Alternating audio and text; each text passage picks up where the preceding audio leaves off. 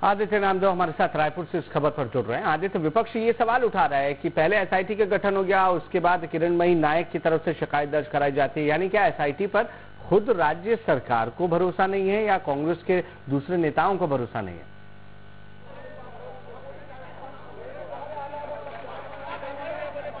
देखिए, आपको बताना चाहूंगा, जो एसआईटी जो गठित हुई उसके बाद जो किरणमयी नायक ने कल एफआईआर दर्ज कराई है, उसके पहले की तस्वीर आपको मैं जरूर बताना चाहता हूं। 2016 में भी किरणमयी नायक और विकास उपाध्याय ने दोनों ने मिलकर ज्वाइंट एक शिकायत सिविल लाइन थाने के सुपुर्द की थी और इस पूरे मामले पर एफआईआर दर्ज कराने के लिए आवेदन दिया था सिविल लाइन थाने में। लेकिन उस समय चूंकि तत्कालीन भारतीय जनता पार्टी की सरकार थी, शिकायत लेकर उसे ठंडे बस्ते पर डाल दिया गया, उस मामले पर कोई एफआईआर नहीं हुई। अब फिर से कल इस मामले पर, चूंकि उस समय जब कांग्रेस भवन सिविल लाइन थाने के अंतर्गत आता था, अभी कांग्रेस भवन वर्तमान में पंडरी थाने के अंतर्गत आता है, इसलिए कल रात में इस पूरे मामले की एफआईआर दर्ज कराई गई। मेरे साथ प्रदेश प्रवक्ता हैं कांग्रेस के अजय साहू जी, इनसे मैं सीधा बात करता हूं। बीजेपी और तमाम पॉलिटिकल पार्टीज हैं जो विपक्ष में, उनका यह आरोप है कि अचानक एसआईटी आने के बाद अब किरणमयी नायक को एफआईआर कराने की क्यों याद आई, पहले क्यों नहीं करा गई, और अब एसआईटी जांच कर रही तो फिर किरणमयी नायक की एफआईआर की क्या जरूरत है? देखिए, किरणमयी नायक और विकास उपाध्याय ने पहले भी एक शिकायत की थी, लेकिन पिछली जो सरकार थी वो इस मामले को दबाना चाहती थी, क्योंकि इसमें सीधे सीधे जो मुख्यमंत्री डॉक्टर रमन सिंह के दामाद हैं उनकी संलिप्तता थी, प्रदेश के कद्दावर मंत्री राजेश मूणत की संलिप्तता थी और पूर्व मुख्यमंत्री का परिवार भी इसमें शामिल था। कांग्रेस के प्रत्याशी को 7 करोड़ रुपए में इन लोगों ने खरीदा था और जिस तरीके से लोकतंत्र की हत्या करने का प्रयास हुआ था, इसके खिलाफ उस समय भी शिकायत की गई थी, लेकिन पिछली सरकार ने इस पर कोई कार्रवाई नहीं की। उसी को लेकर के उसी शिकायत को फिर से आज किरणमयी नायक जी ने एफआईआर कराई है और जो दोषी होगा उसको सलाखों के पीछे जाना ही होगा। लोकतंत्र के हत्यारों को हम इस तरीके से माफ नहीं कर सकते। जिन लोगों ने लोकतंत्र की हत्या की है, आदित्य पूछिए कि अजीत जोगी के सवाल पर भूपेश बघेल कुछ भी कहने से बचते नजर आ रहे हैं। सीबीआई जांच की मांग जो कांग्रेस पहले विपक्ष में रहते हुए कर रही थी, लेकिन अब सीबीआई जांच की कोई भी मांग ना तो सरकार की तरफ से उठाई जा रही है, ना सीबीआई को जांच सौंपी जा रही है। क्यों? इस पर ना भूपेश बघेल साफ साफ कुछ कह रहे हैं और ना कांग्रेस का कोई साफ स्टैंड नजर आ रहा है।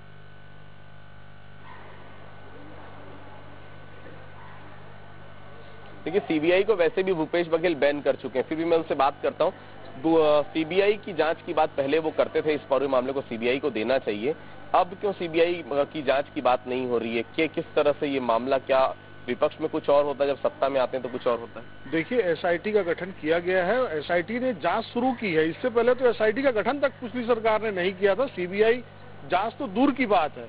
और आपकी जानकारी के लिए बता दूं, रमन सिंह की जो सरकार थी उसने भी सीबीआई को बैन कर चुकी है इससे पहले। हमारी सरकार ने नया काम नहीं किया है। सीबीआई छत्तीसगढ़ में अगर जांच करने आएगी तो उसे राज्य सरकार से अनुमति लेनी होगी। बिना अनुमति के वो यहाँ पर छापेमारी नहीं कर सकती है। रमन सिंह की राह में चल रहे हैं? ऐसा कुछ नहीं है, हम अपनी राह में चल रहे हैं। रमन सिंह की राह में चलते होते तो छत्तीसगढ़ का किसान का बेटा आज मुख्यमंत्री नहीं बनता।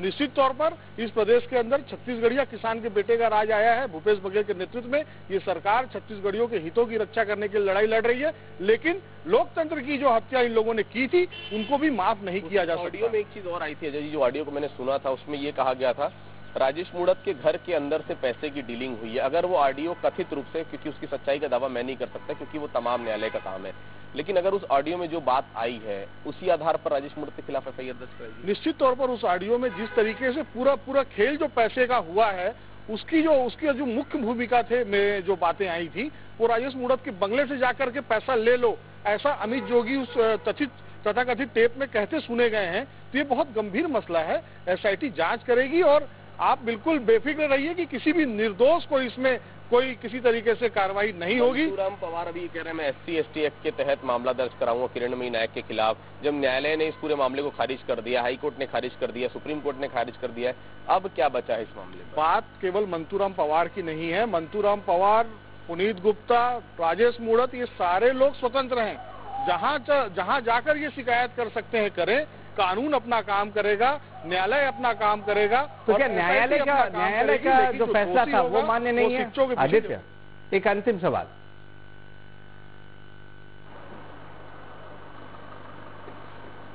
न्यायालय का जो फैसला था उस समय वो मान्य नहीं है? क्या उसमें बहुत सारी चीजें ऐसी थी जो नहीं आई, शामिल हुई? सरकार ने कई सारी चीजों को, तथ्यों को तोड़ मरोड़ कर न्यायालय के सामने पेश किया था।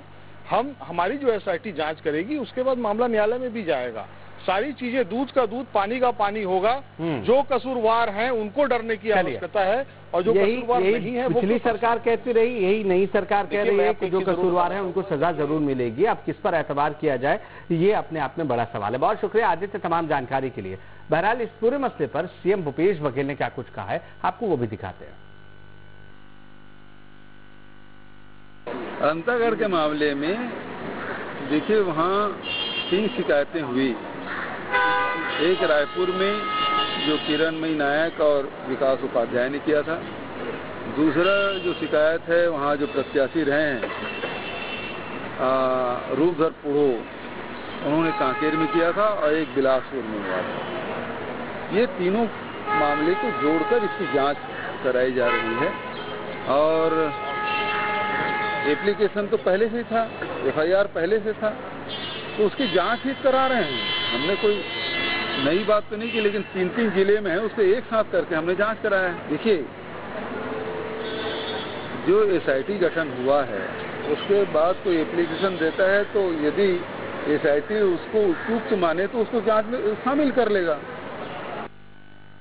अब आप ये समझिए कि जो एफआईआर दर्ज की गई उसमें कौन कौन से नाम शामिल है। राजेश मूणत का नाम शामिल है, अजीत जोगी के जो बेटे हैं अमित जोगी का नाम है, अजीत जोगी का नाम भी इसमें शामिल है, मंतूराम पवार जिन्हें खरीदने की बात कही जा रही थी, जो कांग्रेस के विधायक उम्मीदवार थे, उसका नाम शामिल है। साथ ही साथ डॉक्टर पुनीत गुप्ता का नाम भी इस एफआईआर में दर्ज किया गया है। लेकिन इस मसले पर रायपुर के जो एडिशनल एसपी हैं यानी प्रफुल्ल ठाकुर, उन्होंने क्या कुछ कहा है, आपको वो भी दिखाते हैं।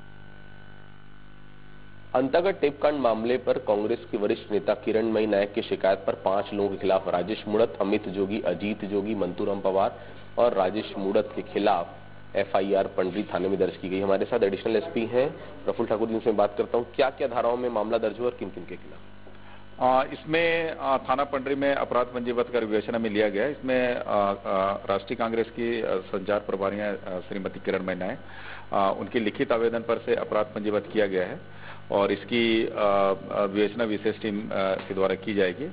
और फिलहाल इसमें जो एक्स मिनिस्टर हैं श्री राजेश मूणत और एक्स सीएम श्री अजीत जोगी और उनके पुत्र अमित जोगी और डॉक्टर पुनीत गुप्ता, इनके खिलाफ अपराध पंजीबद्ध किया गया है।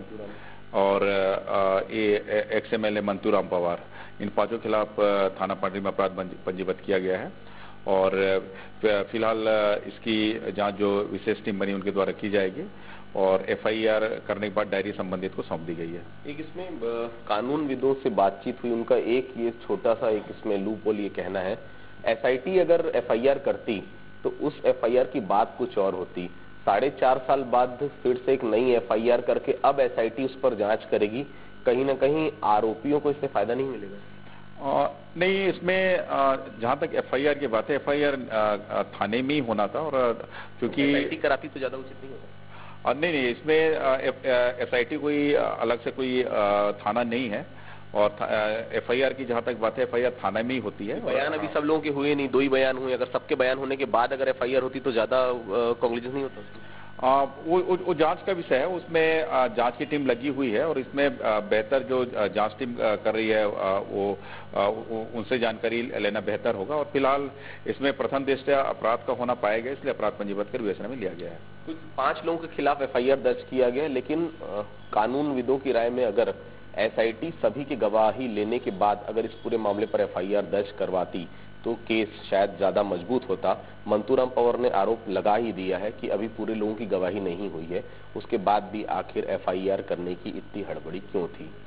न्यूज स्टेट के लिए वीडियो न्यूज राजन पांडे के साथ रायपुर से आदित्य नामदेव। तेज हो गई है, दिखाते हैं एक रिपोर्ट। छत्तीसगढ़ में अंतागढ़ टेपकांड के जिन्हों फिर से सियासी तूफान खड़ा कर दिया है। रविवार देर रात इस पर नई एफआईआर दर्ज होने के बाद सियासत तेज हो गई। सबसे पहले मामले में अब तक क्या कुछ हुआ ये जानते हैं। कांग्रेस नेता किरणमयी नायक की शिकायत पर पंडरी थाने में एफआईआर दर्ज की गई। आईपीसी 1860 की धारा, आईपीसी की धारा 406, 420 के तहत मामला दर्ज हुआ। 171E, 171F, 120B के तहत भी मामला दर्ज हुआ। भ्रष्टाचार निवारण अधिनियम 1988 की धारा 9 और 13 के तहत मामला दर्ज हुआ। कांग्रेस ने 2016 में इस मामले में शिकायत दर्ज कराई थी। शिकायत का रिमाइंडर 2017 में पुलिस को दिया गया था। किरणमयी नायक का आरोप था कि रमन सरकार ने मामला दर्ज नहीं होने दिया था। नायक ने आरोप लगाया था कि पूर्व सीएम के परिजन का नाम होने से कार्रवाई नहीं हुई थी, लिहाजा अब रीराइट करके एफआईआर दर्ज कराया गया है। वहीं मुख्यमंत्री भूपेश बघेल इसे महज रूटीन प्रक्रिया बता रहे हैं। ये तीनों मामले को जोड़कर इसकी जांच कराई जा रही है। एप्लीकेशन तो पहले से ही था, एफआईआर पहले से था, तो उसकी जांच ही करा रहे हैं। हमने कोई नई बात तो नहीं की, लेकिन 3 जिले में है, उसको एक साथ करके हमने जांच कराया है। जो एसआईटी गठन हुआ है उसके बाद कोई एप्लीकेशन देता है तो यदि एसआईटी उसको उपयुक्त माने तो उसको जांच में शामिल कर लेगा। अंतागढ़ टेप कांड पर कार्रवाई को लेकर बीजेपी ने भी कांग्रेस पर निशाना साधा है। एक और अंतागढ़ टेप मामले में भूपेश बघेल जी की याचिका हाईकोर्ट से खारिज हो जाती है, सुप्रीम कोर्ट से खारिज हो जाती है। उसके बावजूद यहाँ पर एसआईटी का गठन, और एसआईटी का गठन होने के बाद फिर से रिपोर्ट्स कांग्रेस के कार्यकर्ताओं के द्वारा यह विशुद्ध रूप से एक भय का वातावरण बनाने का प्रयास किया जा रहा है। उधर जोगी कांग्रेस के नेता अमित जोगी ने इसे विरोधियों को निपटाने की साजिश करार दे दिया है।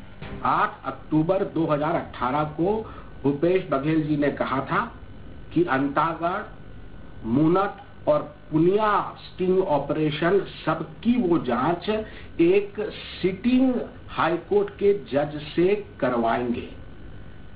क्या मुख्यमंत्री की कुर्सी पर बैठते ही उनका न्यायपालिका से भरोसा उठ गया? वहीं अंतागढ़ टेप कांड के केंद्र में रहे मंतूराम पवार का क्या कहना है, ये भी सुनवाते हैं। मात्र 2 लोगों का बयान होने के उपरांत एफआईआर दर्ज करना, इसके मतलब एसआईटी के ऊपर दबाव बनवाना, सरकार को खुद का बनाया हुआ एसआईटी कमेटी के ऊपर विश्वास नहीं है। तो इससे स्पष्ट जाहिर होता है सरकार बदलाव की भावना से काम कर रही है। बहरहाल अंतागढ़ टेप कांड के जिन्न ने छत्तीसगढ़ की सियासत में एक बार फिर से हलचल मचा दी है। Team news state. और रायपुर से बड़ी खबर आ रही है। पुनीत गुप्ता ने लगाई है जमानत याचिका। अंतागढ़ मामले में दर्ज किया गया है ये एफआईआर और पूर्व सीएम रमन सिंह के दामाद हैं पुनीत गुप्ता। तो ये इस वक्त की एक बड़ी खबर। पूर्व सीएम रमन सिंह के दामाद पुनीत गुप्ता और अंतागढ़ मामले में दर्ज किया गया है एक एफआईआर, जिसमें कि पुनीत गुप्ता ने जमानत याचिका लगाई है। आदित्य नामदेव हमारे साथ रायगढ़ से जुड़ रहे हैं, रायपुर से जुड़ रहे हैं हमारे संवाददाता, उनका रुख कर लेते हैं। आदित्य, इस मामले में जो अब जमानत याचिका लगाई गई है, इसको लेकर क्या कहेंगे?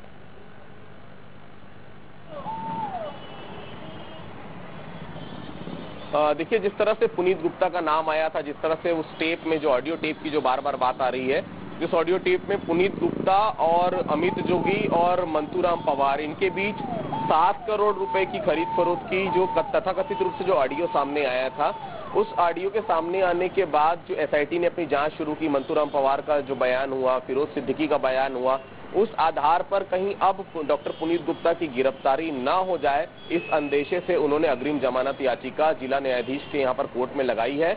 उस पर सुनवाई 6 तारीख को होनी है। कहीं ना कहीं अब जो तमाम लोगों का जो नाम आ रहा है इसमें, ये तमाम लोगों को अब ये डर भय सता रहा है कि कहीं ना कहीं सरकार के दबाव में, एसआईटी के दबाव में इनकी अरेस्टिंग ना हो जाए। इसके चलते अग्रिम जमानत याचिका लगाई गई। लेकिन मैं आपको फिर कहना चाहता हूँ, ये मामला जो है वो देखिए काफी ज्यादा सुर्खियों में शुरू से रहा है और ऑडियो टेप की सच्चाई कांग्रेस ने लैब में टेस्टिंग कराने के बाद ही कांग्रेस इस पूरे मामले को लेकर मुखर हुई थी।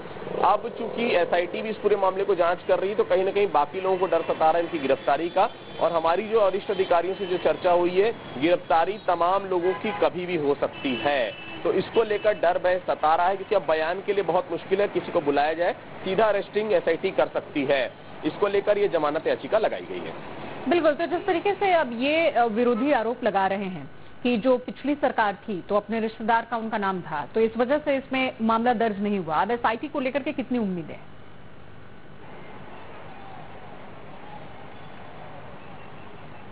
देखिए, उम्मीदें हैं भी, क्योंकि देखिए मामला काफी बड़ा था। कैसे कोई नेशनल पार्टी का कैंडिडेट एंड टाइम पे अपना नाम वापस ले सकता है, जब नाम वापस लेने का समय निकल गया हो। इस पूरे मामले पर कॉन्स्पिरेसी पहले दिन से नजर आ रही थी।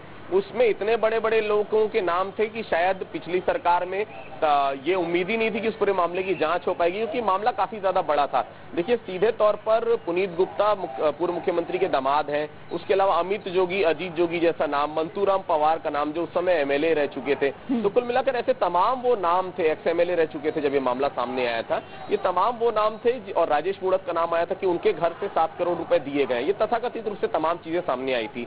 आप अगर इन सब लोगों के नाम है, खुद लोक निर्माण मंत्री थे उस समय राजेश मूणत, कैसे उनके खिलाफ जांच हो सकती थी? ये अपने आप में बड़ा सवाल था। अब एसआईटी के आने से उम्मीद है इस पूरे मामले की जांच भी होगी और जो इस पूरे मामले में आरोपी है उनकी अरेस्टिंग भी होगी। बिल्कुल, आप हमारे साथ बने रहिए, आपसे आगे भी हम इस पर चर्चा करेंगे। मंतूराम पवार, सीएम भूपेश बघेल और कांग्रेस नेता किरणमयी नायक के खिलाफ एफआईआर दर्ज कराने पखांजूर थाने पहुंचे। मंतूराम के साथ वकील भी मौजूद रहे और मंतूराम पवार ने सीएम भूपेश बघेल और किरणमयी नायक के खिलाफ SC/ST एक्ट के तहत मामला दर्ज करने के लिए सब इंस्पेक्टर को आवेदन दिया है। तो ये भी एक अपने आप में नया मामला। तो मंतूराम पवार, सीएम भूपेश बघेल और कांग्रेस नेता किरणमयी नायक के खिलाफ एफआईआर दर्ज कराने पखांजूर थाने पहुंचे और मंतूराम के साथ उनके वकील भी मौजूद थे। मंतूराम पवार ने सीएम भूपेश बघेल और किरणमयी नायक के खिलाफ SC/ST एक्ट के तहत ये मामला दर्ज करने के लिए सब इंस्पेक्टर को आवेदन दिया। आदित्य हमारे साथ लगातार बने हुए हैं। अब ये SC/ST एक्ट के तहत जो मामला दर्ज करने के लिए आवेदन दिया गया है, ये क्या मामला है आदित्य?